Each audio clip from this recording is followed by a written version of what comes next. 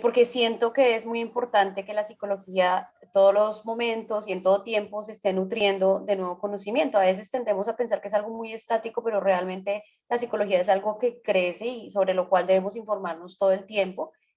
Yo particularmente soy una apasionada de lo que hago, siempre lo digo, amo mi tema de cerebro desde siempre y creo que esa es una de las grandes respuestas a esas preguntas que nos hacemos cuando decimos, ¿será que esta sí es la carrera que yo debí escoger? ¿Será que esto sí me va a dar para vivir? Me estoy saliendo un poco del tema, pero lo que quiero indicar con esto es que cuando uno hace lo que ama, realmente yo siento que eso vibra, eso se siente y es un poco lo que yo quiero traerles hoy. Siempre también he sido una apasionada de los temas del arte, practiqué teatro mucho tiempo, aprendí a tocar instrumentos musicales, mejor dicho, con más puestos que un budo, mentiras. O sea, aprendí muchas cosas de esto, me encanta el arte y de ahí surge un poco la pregunta de, bueno, ¿qué es lo que pasa? Porque también amo el tema del cerebro, ¿qué es lo que pasará en el cerebro? Y me he dado cuenta a lo largo pues, de esta experiencia que tengo que cuando los muchachos, los niños, las personas aprenden un instrumento, cuando ejecutan teatro, cosas pasan y me puse a indagar sobre el tema. Les chismoseo que esto es un poquitico un tema que pues no lo puedo exponer del todo, pero va a ser un libro que se va a publicar sobre neuropsicología escolar, que vamos a publicar con manual moderno, de una vez ahí les echo el chisme. Y uno de los capítulos que yo escribí, o el capítulo que yo escribí es este, como la música, el efecto del teatro sobre el cerebro. Hoy voy a empezar con música, vamos a ver si alcanzamos a ver el tema de teatro, si no, pues nos queda como para una próxima invitación, pero lo que pasa es que es un Lo tema dejamos extenso. para la próxima Sí, psicología lo para dejamos ahí en todos. abrebocas, pero si Sí. alcanzamos igual lo tocamos. ¿Cuál es la idea también? No quiero que se sientan y yo sé que también pues, con todos estos temas de pandemia nos cansamos mucho como de estar viendo la pantalla y todo esto. Yo les acabo de escribir en el chat un enlace al cual ustedes van a ingresar o pueden ingresar si lo quieren hacer y pueden participar de manera anónima. Eso es como lo chévere y como que en la medida en que participamos y nos involucramos vamos aprendiendo más. Es joinpd.com, está ahí en el chat y el código de ingreso son estas letricas que están acá en la parte superior derecha, BSJWGG, para quienes se quieran ir añadiendo. Ahí les va a salir la misma presentación que tengo acá, exactamente la misma, pero yo puedo abrir unos espacios en los cuales ustedes pueden participar. Evidentemente, si estamos acá es porque hay un interés por este tema. Y yo pienso que en algún momento, pues, todos nos preguntamos, bueno, ¿cuál será realmente este efecto? Porque incluso hablamos de musicoterapia, porque en este momento se está comprobando que tanto aprender a ejecutar un instrumento como el solo hecho de escuchar música puede generar unos efectos bien interesantes sobre muchos de los trastornos actuales con los cuales lidiamos los psicólogos y también en este sentido es un campo muy fértil de investigación por si a alguien le interesa. De hecho, hay maestrías ya en musicoterapia, supremamente como interesante que empecemos a ver también otras maneras de abordar muchos temas que pueden más adelante usarse en nuestros contextos de profesionalización. Perfecto. Entonces, voy a abrir acá con una pregunta para que ustedes pues participen y escriban al respecto. Entonces acá les va a salir como un cuadrito de texto. Ustedes me van a poner cuál es su música favorita y desde hace cuánto la escuchan. Simplemente es como ahí hacer un chismoseo de qué les gusta. Tipo de música como el género, si quieren poner artistas, cosas, pero que ustedes me coloquen qué es lo que más les gusta y por qué esa música les gusta. Entonces Bueno, pueden yo comenzar. quisiera saber si sí está funcionando la página porque a mí no me carga. ¿No Estoy te carga? intentando abrirla y no sé, de pronto Gladys lo intentó quizás. Es que a mí no me carga. Yo estoy acá y ya me cargó. Este es de mi celular. De pronto revisa allí la Ah, conexión, no sé, desde pronto si desde tu celular te puedes conectar, pues también.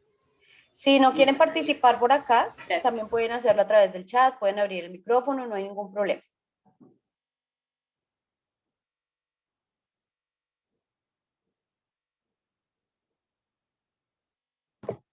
Perdón, Gira, no carga la página. ¿Puede por favor volverla a poner para escribirla nuevamente en el chat? Sí, es, a ver, joinpd.com.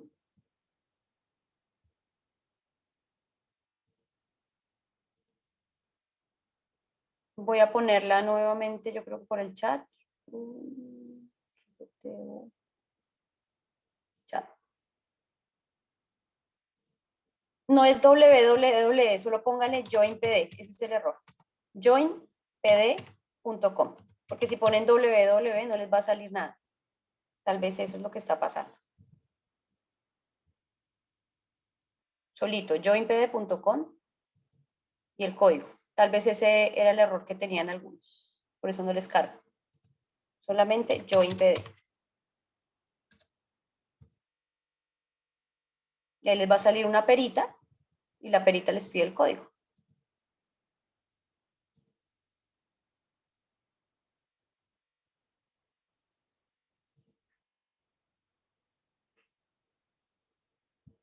Ahí ya estoy viendo varias respuestas. Era eso.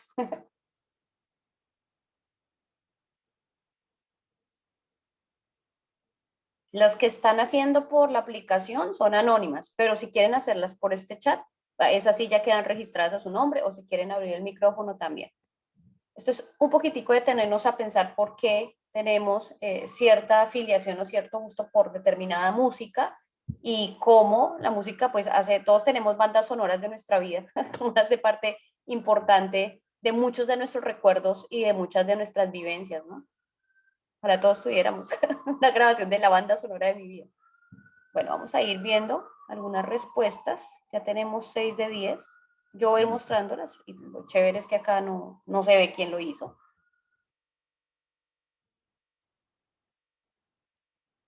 Bueno. La idea es que traten también de ponerme por qué. O sea, porque la persona que puso música clásica, ¿por qué le gusta la música clásica? La que puso electrónica, ¿por qué? Por ejemplo, ahí dice rock porque me parece que puedes expresar muchas emociones fuertes. Entonces, bueno, es válido. Miren ahí lo chévere es que vamos viendo la participación. Música de todo tipo, la música me parece interesante. Ahí están en ello.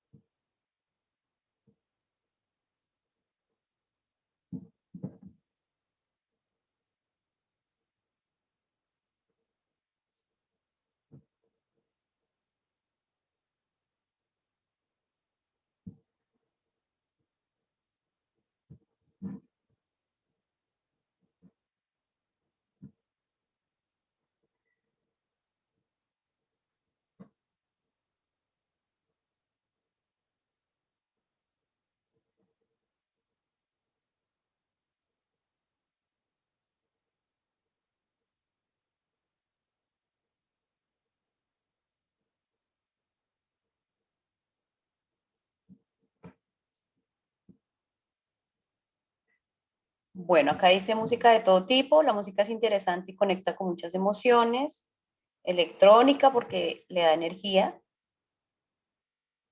me gusta el rap y el rock, pero sobre todo las canciones con un mensaje de crítica social, que no solamente puedas bailar, sino también pensar. Bueno, súper. Música de todo tipo, la música es algo que está en la vida diaria de casi todas las personas y ver cómo funciona a nivel neuronal es interesante, ¿ok? Rock porque me identifica y me hace sentir muchas cosas. Balada en español, una música diciente y tranquila.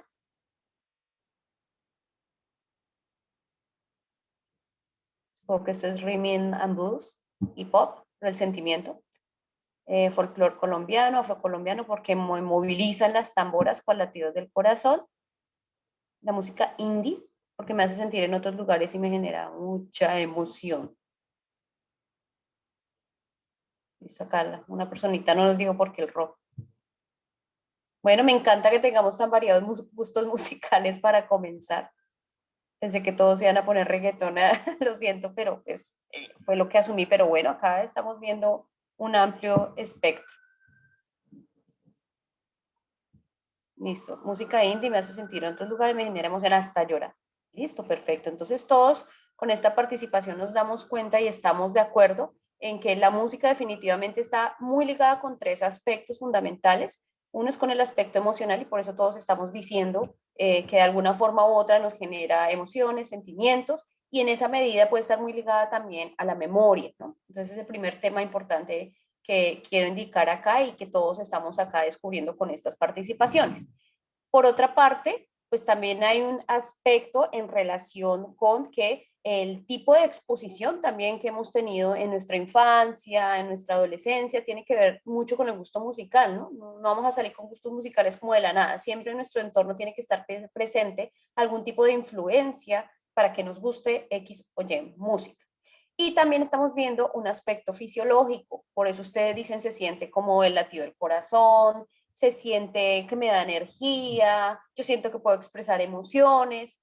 Y estos tres elementos son fundamentales a la hora de entender qué es lo que sucede en términos de nuestras redes neuronales, de qué es lo que se activa y de lo que sucede cuando, en este caso, estamos escuchando música, porque vamos a ver pues, que hay diferencias sustanciales en relación con las diferentes maneras en que podemos escuchar o tocar música o incluso improvisar música.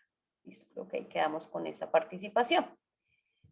Entonces, ¿qué es lo que sucede a nivel general con este tema de la música? Primero que todo, quiero indicarles acá que es un campo muy fértil sobre el que se está escribiendo bastante, ¿sí? No hay algo que ya esté dicho o algo que ya esté hecho, sino que se está descubriendo justamente el efecto a raíz de todos estos avances que hemos tenido en términos de resonancias magnéticas, sobre todo las resonancias magnéticas funcionales, que son como las que estoy presentando allí en pantalla.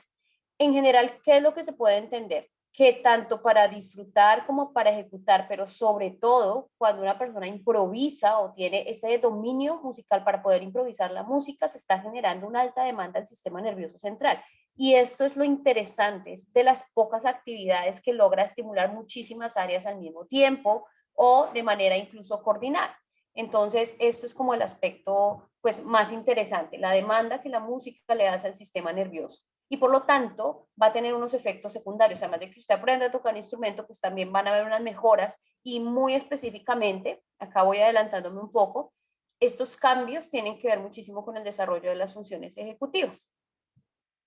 Y acordémonos de lo que es una función ejecutiva y que son todas aquellas actividades, digamos funciones cognitivas superiores que están encaminadas a adaptarnos al entorno y que están encaminadas a generar una meta en nuestra conducta, ¿no? Entonces ahí están diversos tipos de funciones como la planificación, la organización, la flexibilidad cognitiva, la metacognición, que es la capacidad de pensar en lo que estamos pensando, están los procesos de inhibición, están los procesos de atención, de alguna forma u otra, bueno, que la atención es un tema mucho más complejo, pero a veces se incluye como función ejecutiva, la memoria de trabajo, entre otros. Entonces, vamos a ver que esas demandas son bastante interesantes en términos de la activación neuronal. Quiero, bueno, no sé si poniendo acá yo un video ustedes lo están viendo. Vamos a ver si lo logramos, si escuchan el audio y si no yo les dejo igual el link. ¿Están viendo unos cerebritos verdes o no? No, aún no vemos. Entonces voy a, acá dice New Share. Voy a compartir este otro. Ahora creo que sí. Ahora sí lo podemos ver en la pantalla. Vamos a ver si nos sale acá el audio. Este se llama Tango Brain. Es muy interesante porque acá va sonando una cancioncita de tango y se van identificando las áreas que se encienden. Acuérdense que cuando hablamos de resonancia magnética funcional, las áreas de mayor flujo sanguíneo, las que se encienden en rojo, son las que están mostrando que hay mayor grado de actividad, amarillo un mediano grado de actividad, y cuando están en verde, pues es porque están disminuyendo la actividad hasta que finalmente están azules. Azules significa que no hay mucha activación en esas áreas. Pero lo bonito de este video es cómo se ve de manera armónica al tango que está sonando, cómo se van activando las diferentes áreas del cerebro. Yo no sé si el audio se alcanza a escuchar, vamos a ver.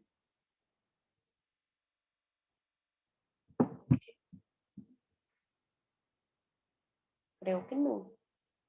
No, sí, ya. Ay. ¿Ya? Ah, no. ¿No se escucha el audio? El audio, no.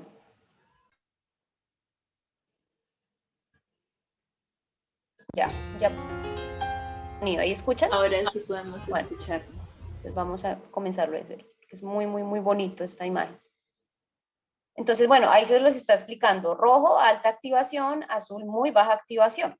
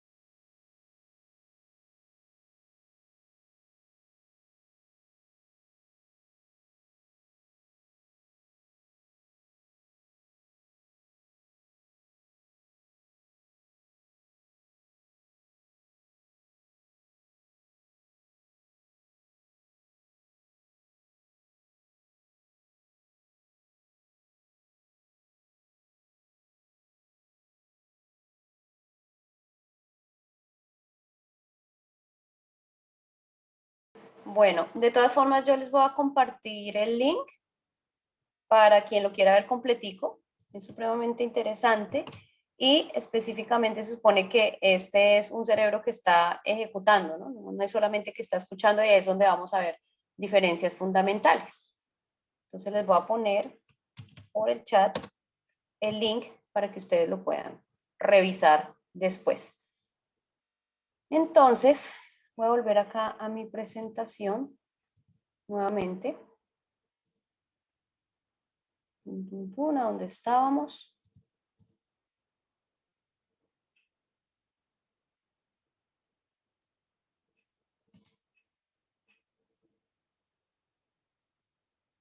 Ok, vemos de nuevo pues la pantalla.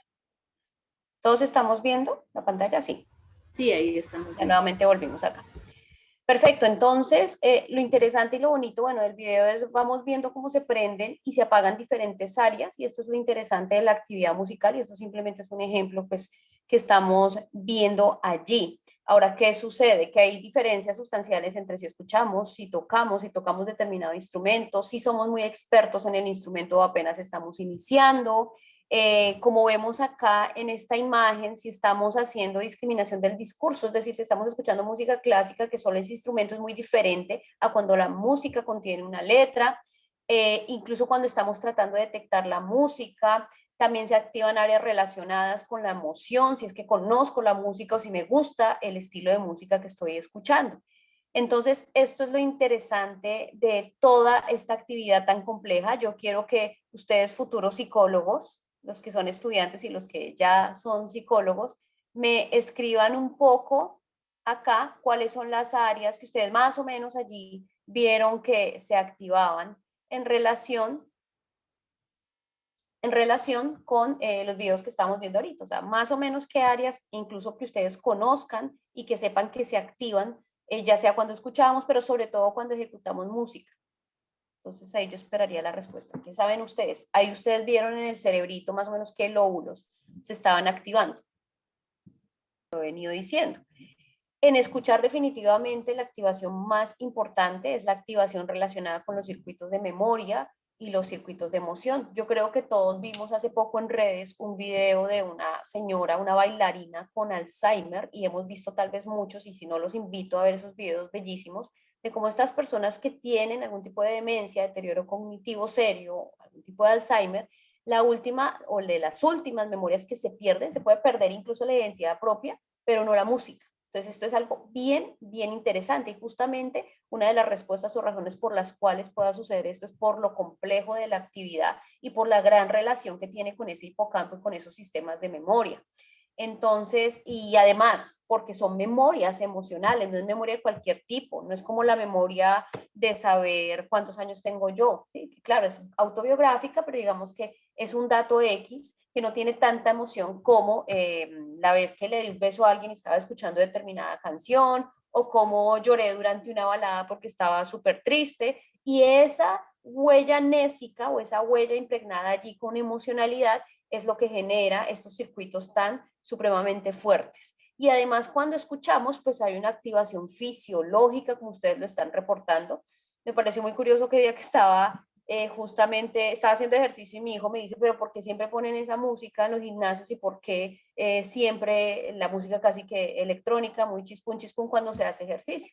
Entonces, claro, hay evidentemente una relación, que es lo mismo que pasa con la música electrónica, con cierta activación fisiológica, porque como lo escribían ahorita, así como los tambores suenan como el corazón, de alguna forma u otra, esta música nos activa fisiológicamente justamente por los tonos o por las intensidades que allí tiene. Tocar, ahorita vamos a entrar en más detalle, tiene una activación simultánea diversa, como lo acabamos de ver en el video, pero una de las funciones más top en la música y que impacta directamente y de forma mucho más amplia la función ejecutiva y las funciones cognitivas superiores, incluso los procesos de creatividad, es la improvisación musical.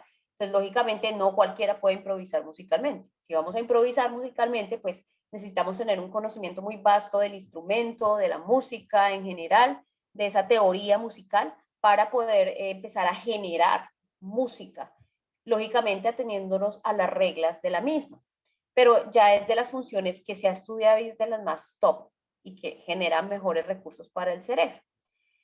¿Qué es lo que parece suceder en la música? Y bueno, acá vamos a ver que lo primero que pasa, bueno, entra por todo el sistema auditivo periférico, la música la escuchamos y el primer lugar al que llega es a la corteza auditiva, ¿sí? Si sabemos tocar un instrumento, pues lógicamente y estoy escuchando, pues se puede generar una mayor activación, pero es muy interesante que la música sigue este ritmo como lo estamos viendo acá en pantallita y es que primero la corteza auditiva identifica el sonido, lo localiza, lo relaciona con esas estructuras de memoria que están allí muy cercanas al lóbulo temporal. Entonces yo ya digo, esto es agradable, desagradable para mí, se activan incluso sus circuitos subcorticales relacionados con la emoción, no solo el hipotálamo, perdón, el hipocampo relacionado con la memoria, sino también la amígdala. Y además de eso, pues esta información se empieza a ir o se empieza a direccionar hacia el lóbulo frontal. Entonces en el lóbulo frontal pues hay un procesamiento mucho más superior de estos estímulos que se están generando y no sé, incluso si yo llego a cantar la canción, pues entonces ya tengo que irme a los sistemas nuevamente de memoria, de emoción, porque se me eriza la piel y bueno, ahí se empieza a generar como esa activación constante. Y además hay una activación de la corteza motora. Por eso la música nos hace bailar, la música nos genera en cierta manera movimiento. No es que tengamos que ser bailarines, pero genera una sensación de movimiento, sobre todo en la que tiene unos buenos tonos que sean bastante cambiantes. Listo. ¿Qué es lo que parece o qué es lo que se ha encontrado acá? Y lo que suele suceder es que como se aloja primero esa discriminación auditiva, parece que el escuchar música comparte un circuito muy similar al del procesamiento del lenguaje, como que las vías, las neuronas que están encargadas de ese circuito son las mismas, tanto para lenguaje como para música. O sea, es casi, aunque hay unas diferencias en relación con lo emocional, las vías para identificar, para procesar en primera instancia son muy parecidas a las del lenguaje. ¿Esto qué significa? Pues que la música es una comunicación y que es un método de comunicación mucho más emocional para el cual el cerebro está predispuesto. ¿De dónde viene la música? Pues hay muchas teorías de por qué los seres humanos escuchamos y disfrutamos la música y otras especies animales no lo hacen, pero parece que está muy ligada con estos aspectos de orden social, ¿no? De que la música puede generar incluso en grupos de personas, si yo pudiera tener cómo hacer una resonancia magnética con ustedes ahorita y pongo determinada música como el tango que estábamos escuchando ahorita o como cierta música clásica, los efectos tienden a ser similares, o sea, realmente si hay música que nos pone más tristes, realmente si hay música que nos pone más enérgico, aunque hay unas diferencias subjetivas, lógicamente. Listo, entonces vamos a comenzar un poco acá con el tema de la percepción musical, de qué es lo que pasa en relación con cuando estamos escuchando música de manera un poco más detallada.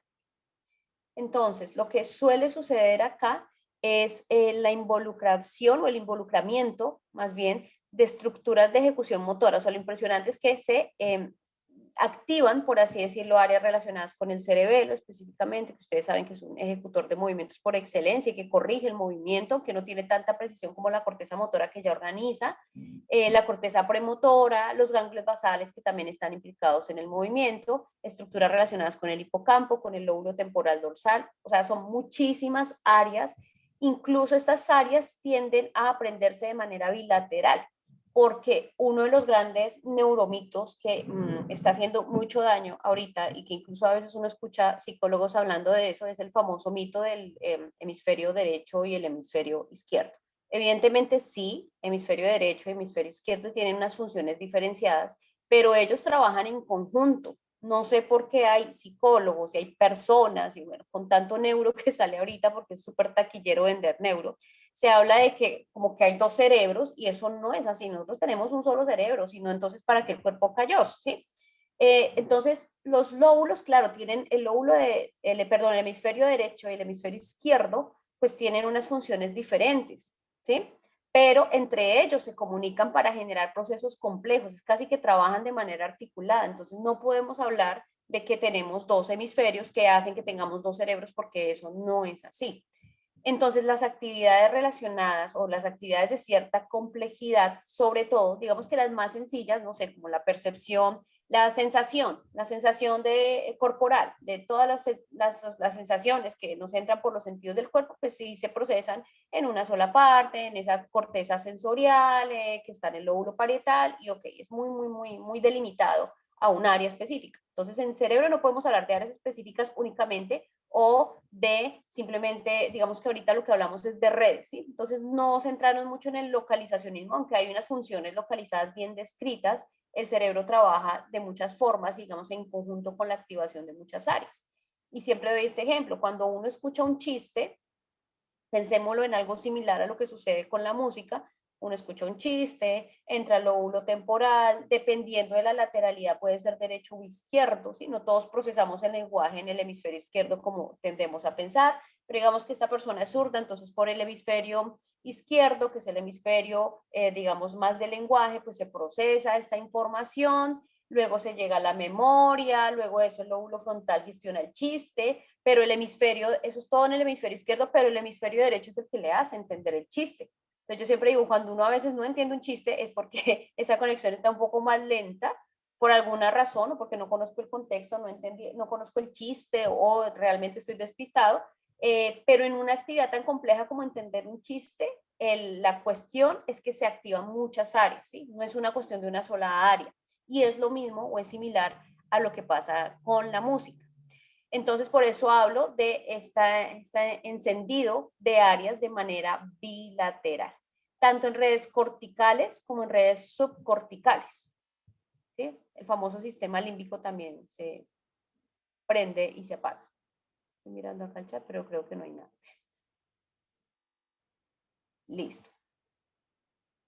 Dependiendo de qué, lógicamente, del atributo de la música, porque si para mí la música es desagradable, si no sé, si odio la ranchera, y pues soy una música ranchera, lo detecto y todo, pero también puedo decir, no, esto no me gusta, es desagradable, o me genera incluso una memoria desagradable, porque también nos puede suceder eso, y la activación subcortical va a ser la misma, pero va a generar unas emociones, como lo estamos diciendo, desagradables. Entonces, acá esto es como una pequeña infografía de lo que suele suceder cuando se escucha música y de hecho ustedes pueden buscar y rastrear muchos artículos que hablan sobre todo del uso de la música en contextos clínicos, de cómo la música, por ejemplo, reduce la percepción del dolor, que es algo importante. Nuevamente vuelvo y repito, si me gusta la música tengo que tener una afiliación subjetiva, aunque hay ciertas músicas como la música clásica, por la manera en que está organizada, que puede inducir a un estado, por ejemplo, de relajación general. Tiende a activar todo el sistema dopaminérgico, que ya lo vamos a ver, que es un sistema de recompensa, que es un sistema de placer, por así decirlo, e incluso puede ayudarme a disminuir el foco sobre un estímulo negativo. Por eso se ha utilizado mucho este tema de musicoterapia o de poner música cuando las personas están, por ejemplo, recibiendo quimioterapia. Listo. Entonces, bueno, y lógicamente actúa como una especie de distractor sano, bueno, en el que el cerebro se focaliza en un estímulo que es agradable y de alguna forma u otra se sincronizan las ondas cerebrales. Entonces, esto también me parece súper interesante tenerlo en cuenta. Además, no solamente de manera central, sino de manera periférica se pueden generar procesos fisiológicos bien interesantes cuando se escucha música. Específicamente, ¿qué es lo que se suele ver? Hay cambios, por ejemplo, en la presión arterial, hay cambios en el sistema límbico, como lo hemos dicho, la tensión muscular incluso se puede reducir, genera una organización de los niveles de cortisol, que son, acuérdense que el cortisol no solo es la hormona, esta es una hormona que nos activa, pero también es la hormona de estrés, entonces incluso puede ayudar en ese sentido a lidiar con el estrés. ¿De qué depende la activación fisiológica de ese sistema simpático parasimpático, relajante o no relajante? Depende del tipo de melodía que se esté escuchando y de cuán para el sujeto. Entonces ahí viene nuevamente el tema de la subjetividad, puede ser activante o relajante. Listo. Lo interesante acá entonces es la apertura a esos sistemas emocionales y que en cierta forma, acuérdense que todas las estructuras subcorticales, todo lo que es el hipocampo, todo lo que es la amígdala, todas esas estructuras que conocemos a ese nivel subcortical, el núcleo accumbens, bueno, todas esas vías incluso que se generan desde allí, están muy interesantemente relacionadas con el aprendizaje. Entonces, uno puede derivar de allí, entender que la música también puede ser un potenciador de los procesos de aprendizaje y se puede utilizar durante, y se utiliza de hecho, durante los procesos cognitivos. Y hay algunos autores pues que se mencionan en relación con esto. Y esta parte de la activación del sistema dopaminérgico de recompensa es muy, muy interesante porque además de activar un montón de áreas, a nivel cortical y subcortical, pues se activa esta ruta dopaminérgica, que es la ruta de recompensa, que es la misma que se puede activar cuando estoy alimentándome, cuando tengo sexo, cuando tengo esas actividades placenteras. Y la música es una de ellas. Recordemos que hay tres vías. Hay una vía que es mesolímbica, ¿sí? Que es más como de funciones relacionadas con el placer y la recompensa. ¿sí? Y como conductas de búsqueda, la nigroestriada que está más relacionada con el movimiento, y pues aquí es donde viene Parkinson y pues todas estas dificultades cuando los niveles de dopamina no son adecuados, pero la música específicamente está alterando la ruta mesolímbica y la mesocortical, que está relacionada con cognición, memoria, atención y pues todos estos procesos de funciones ejecutivas. Por eso es bien interesante ese efecto, porque es una de las pocas actividades que activan varias rutas al tiempo.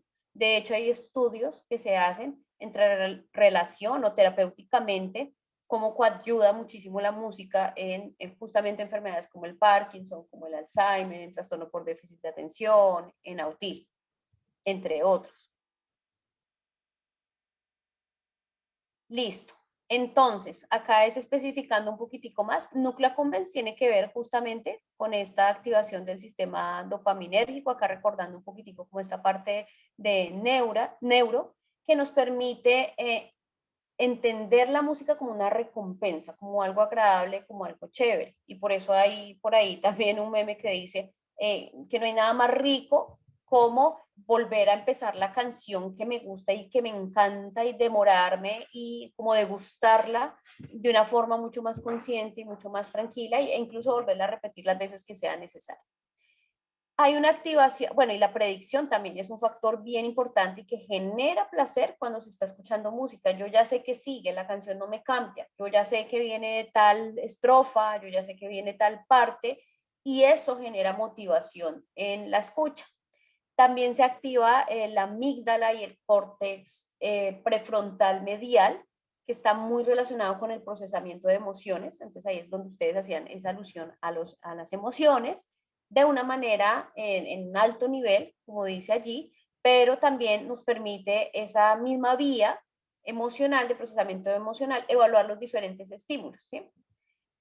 También hay una activación del córtex superior temporal, como lo hemos visto, ¿sí? Donde se ven los patrones en relación con música escuchada previamente, por eso nos tiende a gustar el mismo estilo de música, porque los patrones que se derivan de esa escucha en el lóbulo temporal, pues quedan impregnados, por así decirlo, en la memoria. Y también incluso se activa el córtex inferior frontal, relacionado con un procesamiento de secuencia, ¿no? O sea, casi que el cerebro lo que hace es ir activando e ir prediciendo lo que sucede en términos de música. Y el tema de la anticipación, que realmente es lo que le da también el elemento placentero, en las personas que conocen música, incluso lo que se ha encontrado en muchos estudios es que se puede anticipar el error, ¿sí? El error, no sé, estoy mirando cómo alguien ejecuta música, yo puedo solamente con ver que, no sé, está cambiando la escala musical, ya puedo anticiparme a que va a haber un error, o puede haber anticipaciones, como les decía, más bien de orden placenteros, y todas ellas están ubicadas mucho en ese lóbulo temporal y en parte del lóbulo parietal,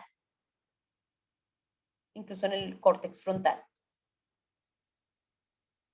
Listo, esto es respecto a escuchar y entonces allí uno pudiese empezar a pensar un poco en cómo poder generar algunos programas de intervención de este estilo, ¿no? Los programas de escuchar música, qué efecto podrán tener. Entonces, un poco la invitación es que en estos temas uno escucha muchísimo, ve mucho imágenes neurodiagnósticas, pues no todos vamos a poder tener acceso a una resonancia magnética funcional, pero podemos utilizar instrumentos, por ejemplo, psicológicos o neuropsicológicos para medir el impacto de intervenciones con música. Eso sería algo muy interesante. Yo he dirigido trabajos de grado sobre eso, me parece súper interesante. Lo hemos hecho específicamente en musicoterapia, en ejecución, en niños con TDAH, lo cual está cada vez mostrando mucha más evidencia de su efectividad, de cómo se mejora los procesos atencionales y de memoria de trabajo que está muy afectada en ellos. En la ejecución ya hay unos cambios también pues anatómicos funcionales y a medida que se va mejorando la ejecución del instrumento pues y se va generando improvisación musical pues van siendo mucho mejor. Acá hay algo muy interesante y es que hay unas habilidades cercanas que la misma música per se desarrolla. Como ustedes lo ven, aunque bueno, acá está en inglés, son las habilidades de escucha, se mejoran las habilidades de discriminación auditiva, de escucha y de atención auditiva, que uno pudiese de acá extractar y decir, bueno, esto está muy alterado en los estudiantes, no sé, con déficit de atención o en los estudiantes en general. Por eso estas materias de música, de teatro, no son de relleno, realmente lo que están ejerciendo es una estimulación neuropsicológica importante. Entonces, lo obvio y lo evidente es que yo mejoro mi escucha en la medida en que escucho más música, más variedad de música, y en la medida en que también ejecuto música, porque para aprender a dominar un instrumento yo tengo que escuchar, no desafinar, saber el tiempo, saber cuándo entro, cuándo salgo, ¿no? Y pues lógicamente las habilidades motoras finas, ¿sí? Cuando se ejecuta un movimiento. Pero además de, esas son las cercanas. Sin embargo, en el entrenamiento musical hay que tener en cuenta varias cosas, y es que hay unos periodos sensibles donde el cerebro está más predispuesto a generar un aprendizaje musical, por eso la edad de inicio es muy importante, la motivación que se tenga sobre el proceso. Esto es como en el tema de deporte, es también supremamente indicado para muchos procesos del cerebro, pero yo tengo que gustar del deporte que estoy haciendo, no es por hacerlo, no se puede convertir en una obligación. O sea, acá tiene que haber un tema de motivación hacia el instrumento, ¿sí? No es solamente que los niños hagan clases de música, sino que realmente pasen por muchos instrumentos, por ejemplo, caso de niños, pero también puede ser de adultos, pero que el instrumento les llame la atención. Lógicamente hay un entrenamiento rítmico, hay una predisposición acá, bueno, al aprendizaje de ciertos instrumentos, incluso en relación pues con esas vivencias en el entorno, y pues va a producir una recompensa emocional. Pero lo interesante es cómo hay unas habilidades de transferencia lejanas. ¿Qué son habilidades de transferencia lejanas? Como ámbitos que no son en sí lo que la música intenta desarrollar. O sea, es obvio que desarrollamos audición y desarrollamos motricidad fina, pero hay otras áreas que se ven involucradas o que se ven beneficiadas del uso de la música específicamente, y a eso les llamamos las transferencias de habilidades lejanas. ¿Cuáles están allí que son las que de pronto desde la neuropsicología interesan? La memoria verbal se aumenta, o lo que se ve, o si uno puede hacer estudios donde mida a través de baterías neuropsicológicas, los músicos tienen mejor memoria verbal, tienen mejores habilidades sociales, increíblemente, aunque uno dice, bueno, pero es que un instrumento uno simplemente está tocando y ya, y si yo toco solo, pues ¿dónde están las habilidades sociales, no? Pero acá hay un tema de neuronas en espejo, acá hay un tema de metacognición que puede ayudar mucho con la base de esta teoría de la mente, en la medida en que yo genero estas habilidades.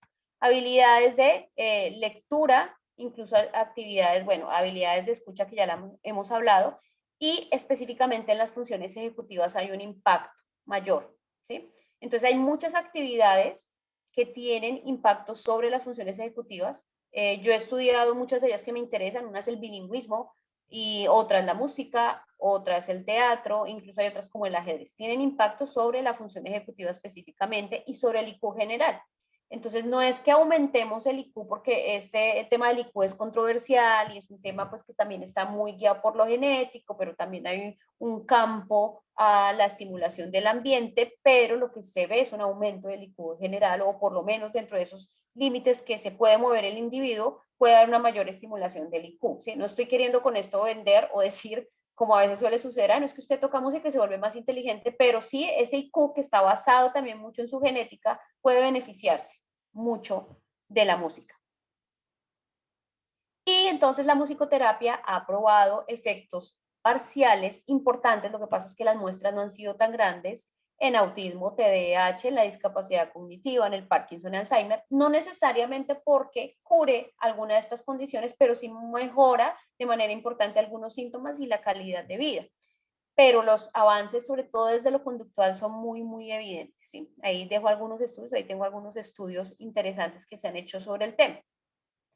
Y hay algo muy interesante también, es que se ha creado algo que se denomina musicoterapia neurológica. Es una musicoterapia direccionada, aunque es a través de la música, pero tiene un sentido neuro para estimular todas esas funciones ejecutivas de las que les he estado hablando. Entonces ya es un conjunto de técnicas a través de esas modalidades sensorial, a través de lo motor y cognitivo, del lenguaje y de ese proceso emocional, que lo que trata es de estimular específicamente la función ejecutiva. Entonces ya no es solo tocar música, sino es tocar música con una intencionalidad, porque es que eso lo cambia todo. Si yo conozco el proceso de atención sostenida, no sé, y lo quiero estimular a través de esto, pues tengo que saber qué actividades musicales debo implementar para mejorar la atención sostenida, ¿no? Entonces, esto es lo interesante, que ya sea algo muy direccionado. Bueno, y en improvisación vemos regiones del córtex prefrontal, sobre todo en la anulación de centros inhibidores específicamente. ¿Qué es lo que sucede en la improvisación? Que esos centros inhibidores se desconectan, no están ejerciendo esa inhibición, que es la que nos impide hacer algo y es la que nos frena muchas veces, por ejemplo, en los procesos creativos. Y hay patrones similares a los del sueño REM cuando los músicos están improvisando. Específicamente, pues se activan las áreas motoras, las que estamos viendo, las que hemos denominado acá, ganglios basales, cerebelo, pero también estructuras límbicas y muy relacionadas de la corteza orbitofrontal con aspectos de personalidad. Entonces, esto es algo bien interesante y bien complejo. Vamos a avanzar un poquitico más porque sé que el tiempo es corto y pues tenemos que ir avanzando en esto. Y es que les quiero mostrar un poco el tema de lo que sucede en el teatro, porque quiero hacer rápidamente esta diferenciación. Y es por lo siguiente, es porque en el teatro, si bien uno ve que sucede lo mismo, la función ejecutiva se ve beneficiada, es muy interesante para estos procesos de atención, para los procesos del lenguaje también, hay unas implicaciones diferentes y casi que uno pudiese pensar, bueno, estas intervenciones a la luz de lo que yo quiera estimular, puedo usar una u otra. Voy a pasar mi pantalla para acá. Creo que ya la están viendo. Y es específicamente que el teatro lo que estimula es la teoría de la mente y estimula más las áreas parietales que tienen que ver con procesos, por ejemplo, de conciencia corporal y de conciencia del otro. Esto es lo interesante.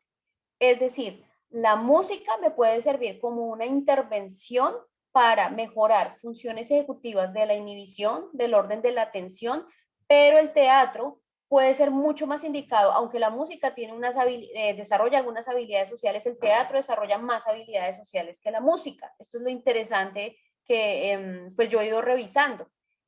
Y específicamente, bueno, hay una activación motora, pero la teoría de la mente, y por eso el teatro se ha utilizado para autismo, tiene una implicación bien importante en las personas que ejecutan teatro, porque es que en la medida en que yo me tengo que poner del lado de un personaje, y que tengo que aprender un parlamento, unas maneras de hacer las cosas, estoy entrando en teoría de la mente, que es uno de los dominios alterados en el autismo. Pero además mejora los procesos ya de metacognición, metaemoción y metamemoria. Son otros procesos incluso que yo digo que son más pro, que claro, se estimulan en la música, pero mucho más en el teatro. Entonces yo pudiese decir, según lo que yo quiera estimular, pues puedo usar música o puedo usar teatro, ¿sí? Y la corteza frontal ventrolateral de manera bilateral, pues también allí en esos procesos también incluso relacionados con la personalidad y con las habilidades sociales se ven mucho más beneficiados.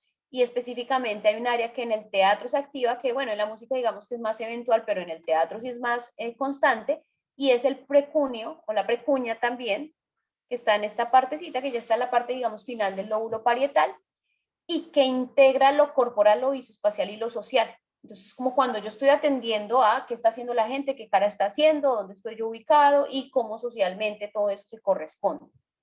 Por eso es muy, muy interesante este efecto.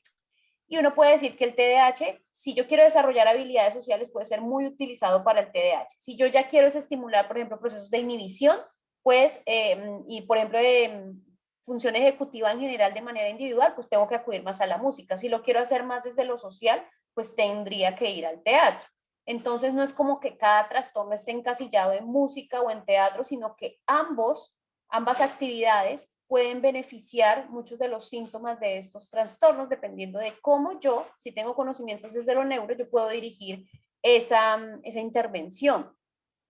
También se usa en espectro autista, en todos los trastornos desintegrativos sensoriales e incluso en trastornos del lenguaje tiene una implicación bien importante y sobre todo en habilidades sociales.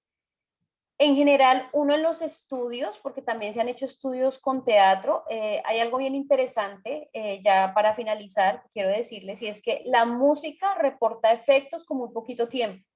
Es decir, cuando yo empiezo a ejecutar un instrumento musical, que es la actividad más beneficiosa, incluso que escuchar, cuando yo empiezo a generar esas habilidades para tocar el instrumento, se ven cambios estructurales y sobre todo cambios de conexiones desde las primeras semanas, mientras que el teatro parece ser una actividad más compleja y que requiere mucho más tiempo para generar esos efectos. Eso es lo que se ha visto en algunos artículos, por ejemplo, que yo he leído, que han hecho mucho en Italia. Ustedes van a ver de musicoterapia, hay mucho en ese país, específicamente son como unos expertos en el tema, pero también en los temas de arte. O sea, en Europa se ve como mucho más marcado, ¿no? Y se ve más marcado que lo estudien desde lo neuro.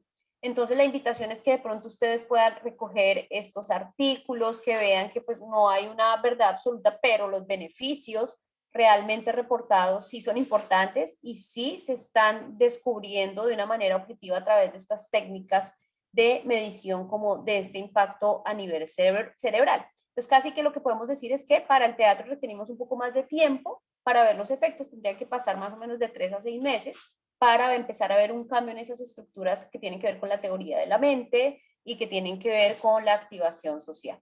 Por una parte eso. Mientras que en la música podemos ver un poco los efectos más tempranamente, pero la música tiene un impacto más como en las funciones ejecutivas individuales y el teatro en las cuestiones ya de orden social.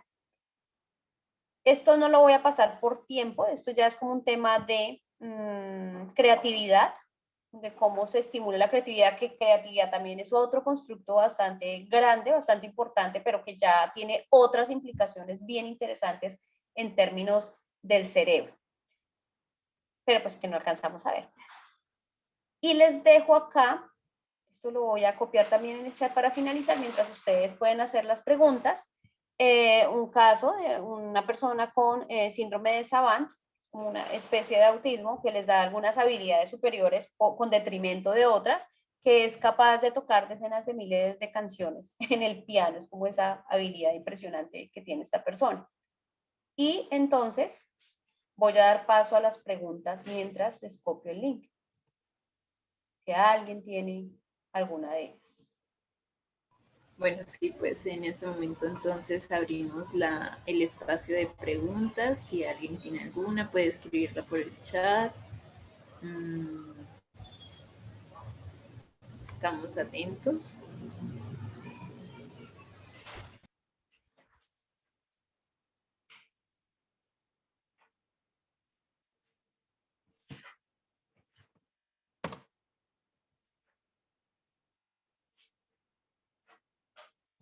Incluso les voy a abrir, si alguien quiere hacer alguna pregunta más anónima, les abro nuevamente acá el Pure Deck.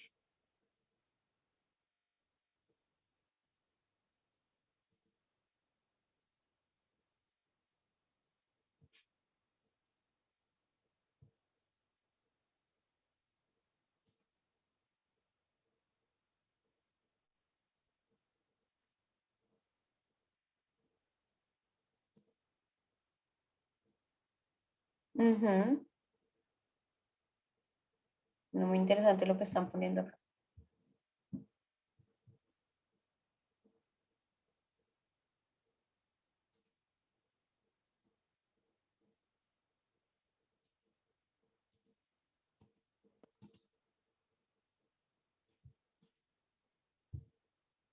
Ya les voy a compartir nuevamente. Perdón, quito acá un momento la cámara, que me lentece el video para poner la pregunta que estaban haciendo.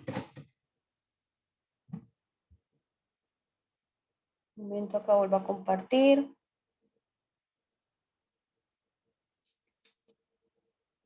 Creo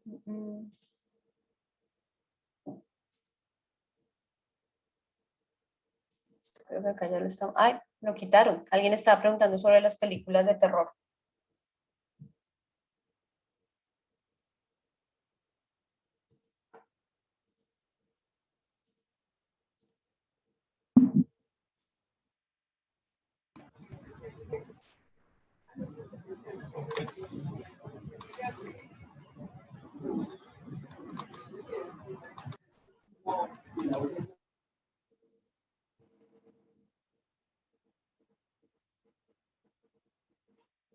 Bueno, acá voy a ir respondiendo la primera. Creo que ya puedo poner el video. Y dice acá, no sé si la están viendo en pantalla, es que yo no sé por qué no veo que estoy compartiendo, pero creo que ahí está. No podemos ver. Ahorita estaba como cargando, pero ya no. A ver si la pantalla. Ah, listo, creo que ya. Disculpa, ¿puedo hacer una pregunta? Es que el micrófono estaba desactivado. Tranquila. Gira, pues muchísimas gracias por toda la información que nos estás suministrando. Realmente es valiosísimo y quisiera saber específicamente en nuestras aulas de clase de qué manera podríamos utilizar la música para que esos aprendizajes fueran más significativos para los estudiantes y más ahora que estamos en remoto y que no estamos físicamente. Entonces, ¿cuáles serían esos recursos didácticos para poder utilizar, llámese X materia? Algo que se puede utilizar muchísimo, bueno, hay varias indicaciones como de poder usar la música en estos ámbitos pues, escolares. Una de ellas es utilizar la música como pretexto, como actividad para encender la curiosidad sobre algo. O sea, digamos que puede ser una básica desde la motivación, ¿sí? Entonces, si yo a los chicos, no sé, les pongo la música y entonces a partir de la música yo genero curiosidad sobre algún tema o hacemos algún tipo de análisis o reportamos algún tipo de vivencia, yo puedo utilizar eso como un pretexto para, ¿sí? Como estilo de aprendizaje significativo. Eso de manera así como muy general, pero también yo lo puedo utilizar como estimulación cognitiva en el aula. ¿Cómo se puede utilizar como estimulación cognitiva en el aula? A través, por ejemplo, de actividades Go No Go, que es lo que hace muy parecido a la música. Les voy a mostrar un ejemplo de una de ellas. Súper, gracias. Es interesante que se está trabajando en neuroeducación y es que los docentes hacen muchas cosas que tienen principios neuro, pero no lo saben. Pero cuando uno lo sabe y sabe qué es lo que está estimulando, uno puede generar manera también de pausas activas, actividades que tengan esta característica. Entonces les voy a mostrar algunas por acá que yo tengo. Gracias, súper. Tranquila, bueno. Go No Go. Se llaman, pues el paradigma Go No Go. Y son actividades que, por ejemplo, mejoran mucho la inhibición. Vamos a ver. Sí, no sé si la están viendo en pantalla, no. No, no la estamos viendo. Entonces, claro, entonces ya, acá sí se ve. Es que tengo varias pantallas, entonces me voy como enloqueciendo. Ahí sí se ve, ahora ¿cierto? sí, ahora sí estamos. Uno puede diseñar este tipo de actividades que tienen mucho el principio de la música, ¿sí? Por ejemplo, voy a pasar esta rápido. Cuando ustedes tienen una partitura con música, ustedes hacen literalmente esto que les voy a mostrar. No esto, esta es una prueba Go No Go, pero esta digamos más tranquila. Pero acá, por ejemplo, esta actividad dice, cuando aparezca este dibujo vas a dar un pisotón. O sea, cuando aparezca la manito, yo lo que tengo que hacer es pisar. Y cuando aparezca el zapato, yo tengo que hacer lo contrario, dar una palmada. Y en el resto no se va a hacer nada. En este paradigma, como lo plantea, por ejemplo, esta actividad es el mismo paradigma de la música. O sea, es lo que hace la música. La música le dice a usted o exige, bueno, cuando pues usted quiere que suene tal nota, tiene que hacer tal movimiento, ¿sí? Y no el que usted quiera, sino que uno tiene que inhibir, programar, secuenciar lo que va a hacer. Entonces, este es un ejemplo de prueba Go No Go. Lo que pasa es que la Go No Go lo que me muestra es hacer algo contrario a lo que me están mostrando. Entonces, ahí yo tengo que ejercer un grado de inhibición muy grande dentro de mi cerebro porque le tengo que decir a mi cabeza, no voy a hacer lo que quiero hacer, sino lo que me están pidiendo en esta tarea que yo haga. Entonces, este paradigma, por ejemplo, acá la persona tiene que dar un pisotón y yo puedo pasarla. Acá tiene que aplaudir, pero lo que va a querer hacer el cuerpo es poner el pie, ¿no? Es un proceso de inhibición importante. Ahí no tiene que hacer nada, tiene que inhibirse y decir voy a parar, como por ejemplo cuando en la música se hace un silencio. Y así sucesivamente. Esto es, por ejemplo, una prueba que ustedes pueden googlear, buscar pruebas Go No Go o ejercicios Go No Go y les va a salir bastante esto, que es mucho del principio de lo que hace la música. Ese es un ejemplo. Entonces, allí es cuando de manera intencional, pues yo genero actividades de estimulación muy parecidas o muy similares a lo que se hace en música. Hay otra actividad donde voy a ponerlo acá dentro de mi participación. Les voy a poner acá, soy yo la que estoy escribiendo.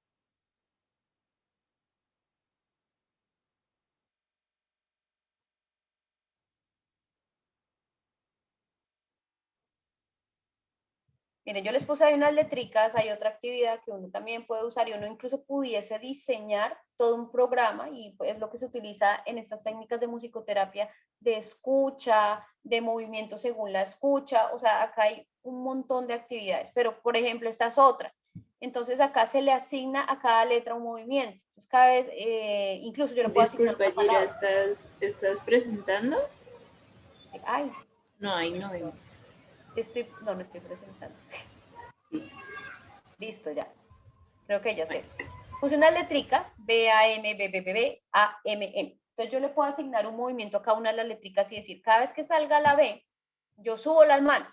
Sale la A, aplaudo. Sale la M, me toco las piernas. Y lo que voy a hacer es como una especie de lectura de esta partitura. Entonces ahí tendría que hacer con B, subo las manos, con A aplaudo, con la M me toco las piernas, entonces vuelvo a B, otra vez subo, otra vez B, otra vez subo, otra vez B, otra vez subo. Ahí estoy estimulando, por ejemplo, un proceso de atención visual, un proceso de inhibición y de flexibilidad cognitiva. Como les digo acá, el tema es que son actividades sencillas, pero yo tengo que saber qué es lo que estoy estimulando y esto, por ejemplo, cumple con los principios de la música. Esto es muy similar a cuando uno lee una partitura, ¿sí? Y exige muchísima concentración. Esta pudiese ser otra forma y esto generalmente es una de las actividades de musicoterapia que se usan, y es que los chicos sigan una serie de secuencias dependiendo de una instrucción dada. Yo incluso lo hago uno lo puede hacer con las letricas y además de eso le añadimos palabra. Cada vez que salga B digo viva, cada vez que salga la A digo amo y luego mucho y hago el gesto y hago además la voz y además sigo la secuencia. Este es un ejemplo entre muchos otros, porque esto no tiene, digamos, como una receta de cocina, sino hay muchísimo que hacer, pero es una manera de poder estimular este tema de la atención, este tema de la memoria de trabajo, de la flexibilidad cognitiva, de la inhibición y de todos estos dominios que efectivamente derivan de la actividad de la música. Ese sería un ejemplo. Acá me estaban preguntando lo de las drogas auditivas, ¿es verdad? Lo que puede suceder es que algún tipo de fármaco o de sustancia psicoactiva lo que puede generar es una especie de alucinación auditiva. De hecho, las alucinaciones auditivas son mucho más frecuentes que las visuales. A veces es un mito pensar que las alucinaciones visuales son tan frecuentes, realmente son infrecuentes. Las más frecuentes son las auditivas. Entonces, lo que está generando es una alteración de la percepción y una especie de pseudo alucinación auditiva. Entonces, a eso es tal vez cuando se refieren a drogas auditivas. Acá dice, se puede influir en la toma de decisiones y el comportamiento del oyente, sugestionar, manipular con la música, mito o realidad. Esto es un asunto más bien complejo. Es decir, esto no es como una fórmula matemática que yo digo, ahí pongo tal música y la gente va a comprar. Yo puedo influir la conducta, pero no necesariamente, es decir, nosotros tenemos un lóbulo frontal bien importante, ese del director de la orquesta que tanto les he hablado. ¿Y esto qué significa? Que yo no es tampoco una fórmula mágica, que es que cual flautista de Hamelin, entonces yo pongo música y hago lo que la gente hace lo que yo quiera. Y este es un ejemplo claro de por qué uno puede decir, no todo el que escucha música rock, así escucha y que hable sobre las drogas, no todo el mundo se mete en las drogas cuando escucha música rock. Es un ejemplo. O no todo el que escucha reggaetón es un promiscuo. Entonces, sí puedo influir ciertos estados emocionales base, pero hay factores individuales, subjetivos, ¿sí? Factores de aprendizaje, de incluso reserva cognitiva que me pueden hacer más fácilmente o menos fácilmente manipulable. O sea que es un tema más bien de efecto priming. Y el efecto priming se refiere a un efecto de predisposición. Yo puedo predisponer a la alegría, a las personas. Un ejemplo claro es la música electrónica, que ustedes saben que va con ciertas drogas de diseño, justamente es porque la música electrónica simplemente provee el ambiente para que con ese resonar, esos tonos que maneja ese tipo de música, pues ya haya una activación fisiológica. Y hay muchas drogas, por ejemplo, muchas drogas recreativas que son dependientes del ambiente, como el éxtasis. Se requiere del estímulo externo. Si una persona consume éxtasis, pero no está en un entorno que ofrezca tanto estímulo, lo que va a entrar es en paranoia. Entonces hay como una relación bidireccional, pero no es unívoca, o sea, no es como que hay algo en lo que yo manipulo. O sea, es temporalmente o de alguna forma o parcialmente verdad. Puedo predisponer estados emocionales. Eso sí, puede hacer que la gente esté más tranquila, esté más activa, como en los gimnasios. Ustedes imagínense en un gimnasio poniendo pues música romántica, pues como que no daría, ¿sí? Puedo predisponer ciertos estados emocionales. Por eso ustedes ven las películas y de pronto lo que querían preguntar acá, una película de suspenso y de terror, pues la música tiene una intensidad bien elevada y una rapidez muy característica diferente a una película romántica. Esto simplemente junto con más estímulos sí pueden predisponer a las personas a ciertas conductas o a ciertas incluso elecciones. Pero no es que yo mágicamente vaya a influir en la conducta de las personas solamente con la música. Tiene que haber muchas más cosas y tiene que atenderse a esos factores individuales. La reserva cognitiva me refiero es cuando la persona tiene muchos aprendizajes que ha acumulado a lo largo del tiempo. No estoy diciendo que estudie mucho y que esté mucho en una universidad. una persona puede tener buena reserva cognitiva porque aprendió un segundo idioma, porque le gusta aprender jardinería y además aprendió manualidades y además está muy vigente y muy activo. Eso se llama reserva cognitiva. Cuando hay muy buena reserva cognitiva, la persona puede ser menos susceptible de ser manipulada. O sea, casi que esto es un tema, entre más aprendo, tengo más reserva cognitiva, tengo menos efecto del envejecimiento sobre el cerebro, tengo menos posibilidad de ser manipulada, incluso menos posibilidad de adicción. Por eso yo siempre la recomendación que doy es, hay que estar aprendiendo. El cerebro está hecho para aprender y nosotros hemos entrado en un sedentarismo cognitivo. Estamos muy cómodos, ya ni siquiera memorizamos cosas y la reserva cognitiva es un factor bien importante en muchos procesos.